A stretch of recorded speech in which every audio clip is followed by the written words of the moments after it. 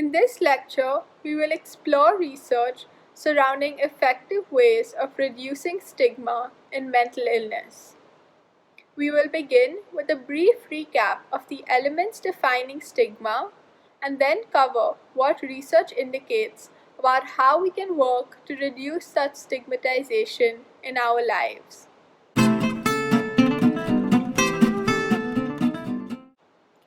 In Lecture 1, we define stigma as an attribute that is deeply discrediting and an undesired differentness. Goffman wrote extensively on stigma and social identity. Goffman categorizes the stigma surrounding mental disorders as blemishes of individual character. People with poor mental health are at many times perceived as weak-willed and possessing unnatural passions. We tend to impute a wide range of imperfections on the basis of the original one. Let's go into more detail about felt and enacted stigma. Felt stigma refers to the internal feelings of shame and discrimination that discourage people with mental illness from seeking help. Enacted stigma refers to the external, unfair experiences that people with mental illness are exposed to, simply because of their mental health. Take some time to think of an example of both. How does stigma lead to negative interactions between people with a mental disorder and people without? Such stigmas prematurely stunt access to support, ultimately pushing people with mental illness to the outskirts of society and deepening the relationship between attributes and stereotypes. With stigma, individuals develop assumptions about people with mental illness that then dictate their social interactions and perceptions of mental health overall. We know that stigma severely affects the potential or ability to realize maximum potential and then ultimately the trajectory of their lives of people with mental illness. But how do we take this knowledge and turn it into a force with which we can work to reduce this stigma?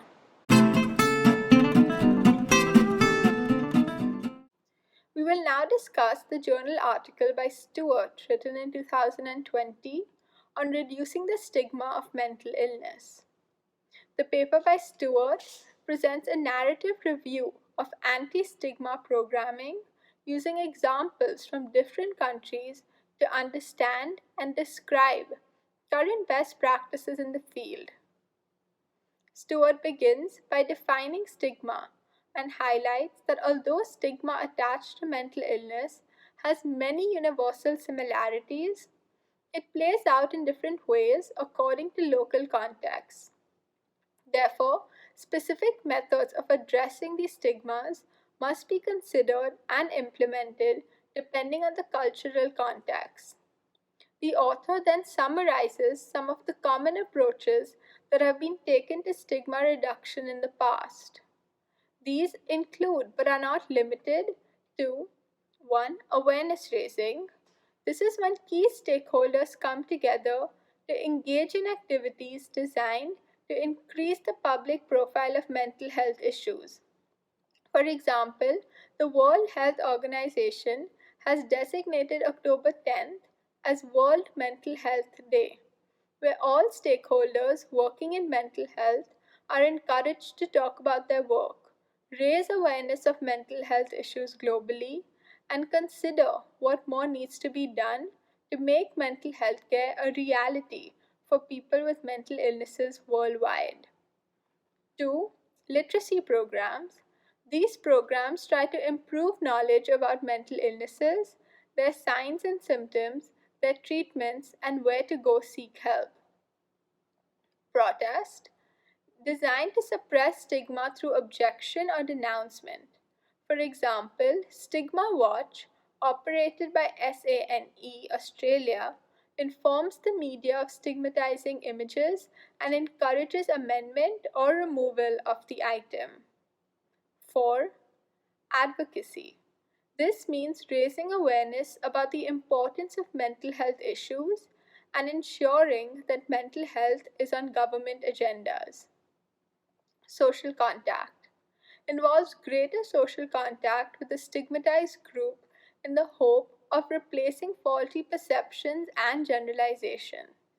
For example, Canada's Opening Minds Anti-Stigma initiative.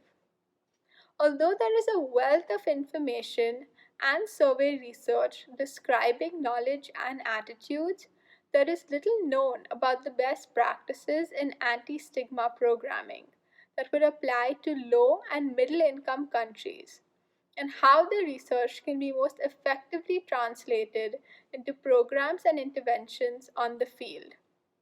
Several small studies outlining the effects of anti stigma interventions in low and middle income countries using models from high income countries have been published and show promising results. However, low and middle income countries face important structural challenges with respect to mental health literacy and awareness raising. Stewart concludes that 1. It is important for programs to recognize that improving mental health literacy and stereotypic attitudes will not necessarily lead to greater social tolerance or improve social equity. 2. Large social marketing approaches to improve public attitudes are expensive, have yielded mixed results in high income countries, and may be entirely inappropriate in middle and low income countries. More targeted, contact based interventions show greater possibilities of improving attitudes and reducing social distance. 3. Contact based interventions have shown greater possibilities of improving attitudes.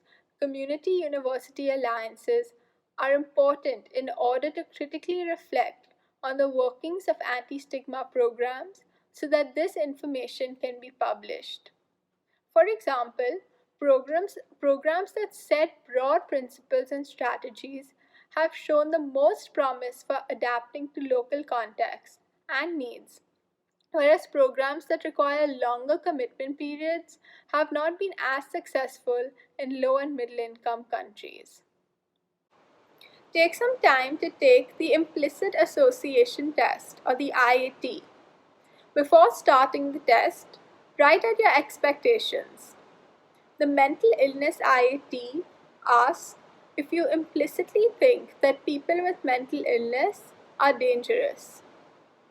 This will allow you to gauge how unconscious experiences guide your reactions to mental illness and people with mental illness. It will help us transition into a discussion on the different ways that people can reduce stigma effectively, beginning with ourselves.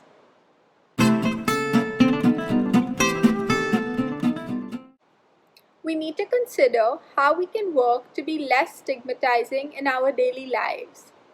There is a host of research on strategies for reducing stigma towards people with mental illnesses. In this lecture, we will focus on three common approaches to stigma reduction: awareness through education, mass media interventions and protests, and fostering social contact.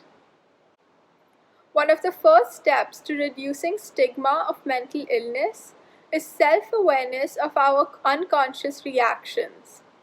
In order to fight tendencies to succumb to implicit bias and make systematic change in stigma, we have to tend to our subconscious level of thought, an incredible challenge of discipline and awareness. Raising self-awareness through tests such as the IAT are useful in verifying whether semantic associations to mental illnesses are related to more explicitly expressed prejudicial attitudes. Awareness raising interventions such as education activities, advocacy, and literacy programs work to increase the public profile of mental health issues. Student-run organizations empower students to facilitate discussion about mental health problems through student-run mental health awareness, education, and advocacy chapters at universities around the country. Raising awareness leads to the tangible normalization of mental illness and stigma reduction. Research shows that improved knowledge and awareness about stigma and discrimination will arm individuals to take appropriate action. In Lecture 2, we discussed the role that media has on mental illness.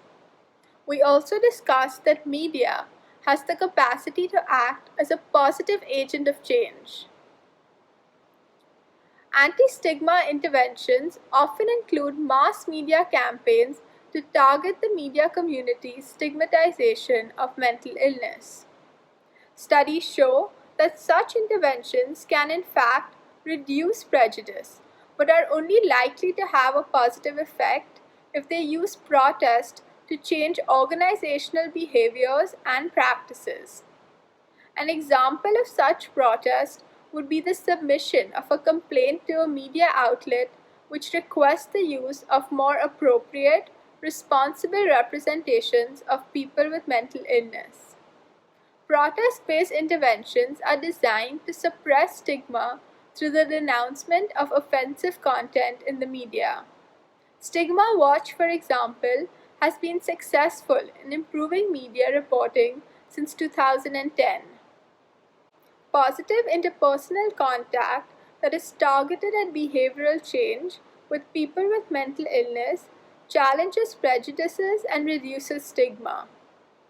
This will also challenge us to limit our use of stigmatizing terms in conversation as well as in writing. Let us incorporate an example to help you think about your own experience. It's hard to make generalizations about groups of people when you know one of those people personally. If someone comes up to you and makes a negative comment about someone with a mental illness, and one of your close friends has a mental illness, you are going to push back on that negative comment and stop it in its tracks without hesitation. Let me enforce that these anti-stigma interventions are far from perfect. There is much room for improvement. For example, to increase the effectiveness of social contact, researchers found that both members of the interaction need to be afforded equal status during the interaction, and the interaction needs to involve a mutual goal. Unearthing and then adhering by such guidelines is crucial for the effectiveness of anti-stigma intervention moving forward.